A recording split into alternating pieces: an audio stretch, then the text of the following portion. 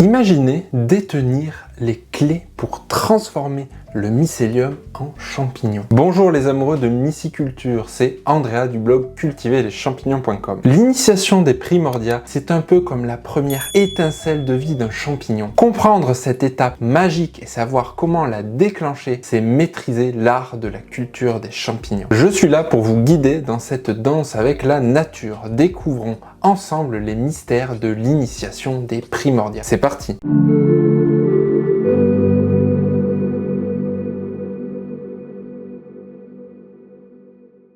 Commençons par voir qu'est-ce que l'initiation des primordia. Alors l'initiation des primordia, c'est le processus qui se déroule lors des premiers stades de la formation des champignons. Quand le mycélium a recueilli suffisamment de nutriments dans son substrat, certaines conditions environnementales, comme la lumière, la température, l'humidité ou le CO2, déclenchent la production des corps fructifères que nous connaissons donc sous le nom de carpophores ou plus récemment sous le nom de sporophores.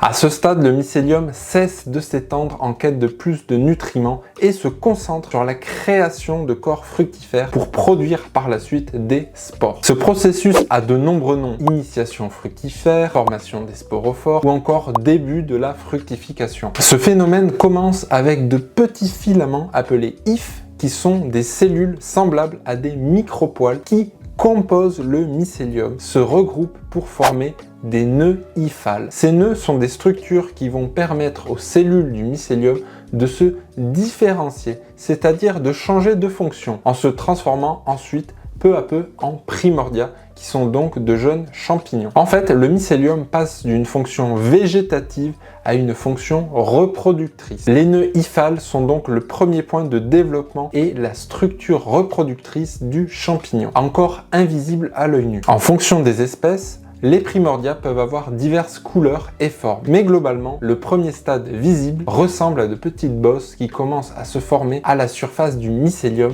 qui couvre votre substrat. Ces bosses sont donc causées par le mycélium qui se regroupe pour former des nœuds hyphales. Ces bosses ou nœuds hyphales continuent de pousser à partir de la surface du substrat pour se transformer en petits primordia, puis peu à peu en champignons matures. Une fois l'initiation terminée, le sporophore n'utilise plus la division cellulaire pour grandir. Au lieu de cela, il alimente les cellules existantes avec de l'eau et des nutriments, ce qui leur permet de s'étendre plus rapidement. Tous les primordia ne deviendront pas des champignons matures. Le mycélium sélectionne les bébés champignons les plus sains et les plus forts pour que ceux-ci deviennent des champignons matures. Cette méthode de croissance est très différente de celle des plantes et des animaux, ce qui permet aux champignons de pousser beaucoup plus rapidement. Généralement, il ne faut que quelques jours au mycélium pour se transformer complètement en champignons matures. Alors comment la formation des primordia s'intègre-t-elle dans le processus de culture des champignons? La formation de nos primordia intervient donc après la phase d'incubation, lorsque le mycélium du champignon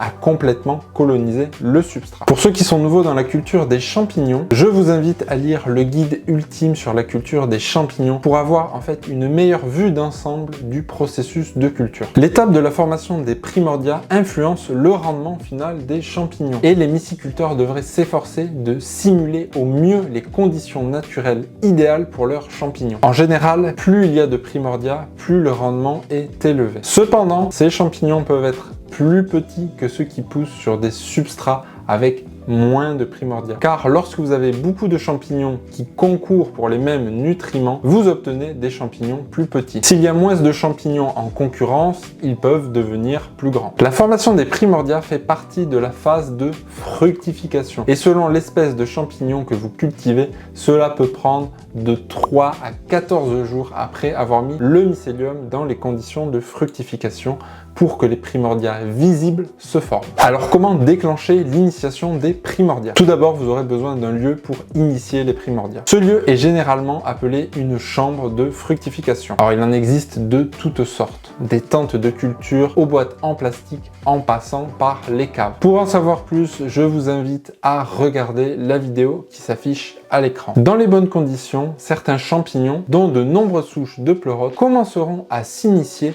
dès qu'ils ont colonisé tout le substrat. Mais d'autres types de champignons peuvent nécessiter des conditions plus spécifiques pour commencer l'initiation. Parlons tout d'abord de la température. Avant l'étape d'initiation, le mycélium est en incubation à une température entre 20 et 24 degrés. Pour débuter la phase d'initiation des primordia, une température plus basse est requise, entre 12 et 18 degrés selon les espèces. Cela peut être réalisé en mettant les substrats au frigo ou bien en les immergeant dans l'eau froide. Ensuite, on a l'oxygène. Pour que les primordia se forment, il est nécessaire que le mycélium soit exposé à de l'air frais. Par exemple, si vous cultivez dans des sacs, cela implique donc de réaliser une ouverture sur le côté ou sur le dessus. Durant la phase de colonisation, ce n'est pas un problème si le mycélium est dans un environnement riche en CO2. Il peut d'ailleurs résister à de très hauts niveaux de CO2, jusqu'à 50 000 ppm, ce qui représente autour de 5% de CO2 dans son atmosphère. Mais pour que la formation des primordia soit initiée, les niveaux de CO2 ne devraient pas être supérieurs à 1000 ppm. Je vous conseille pour cela d'avoir une ventilation dans votre chambre de fructification ou bien d'aérer régulièrement l'endroit où vous faites fructifier vos champignons. L'humidité. La formation des primordia est une étape cruciale de la culture. D'autant plus que les bébés champignons sont très sensibles au niveau d'humidité. En effet, la plupart des jeunes sporophores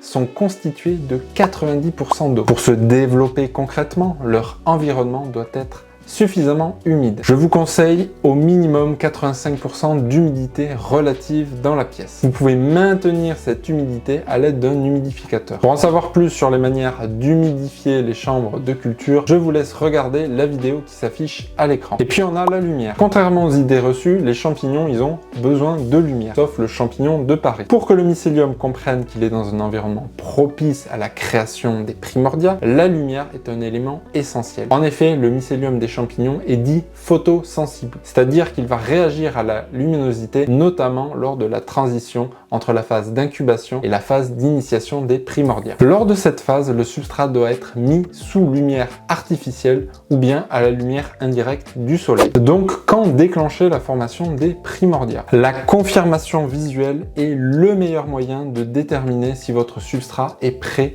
pour les conditions de fructification. D'abord, tout votre substrat doit être blanc. Ensuite, le mycélium commence à s'épaissir sur le dessus du substrat et peut parfois former de petites gouttes en surface. Cela signifie qu'il a renforcé son imperméabilité et qu'il est prêt à former des primordia. Il est vraiment temps de passer en fructification lorsque vous voyez de petites bosses se former sur le substrat. Les primordia sont en train de se former. Cela arrive généralement avec des espèces comme les pleurotes qui peuvent parfois fructifier même dans un incubateur. Il n'y a pas de période d'incubation temporellement fixe sur laquelle vous pouvez vous appuyer étant donné que plusieurs facteurs dont les variations de température et le taux d'ensemencement peuvent influencer le temps nécessaire au mycélium pour coloniser tout votre substrat. Mais à force, vous devriez connaître le temps nécessaire pour que vos substrats soient prêts à être initiés et cela peut être confirmé ensuite par les paramètres visuels. Parlons des problèmes courants et des solutions qui sont liées à la formation des primordia. Apprendre à cultiver des champignons est comme apprendre toute nouvelle compétence et demande de la pratique,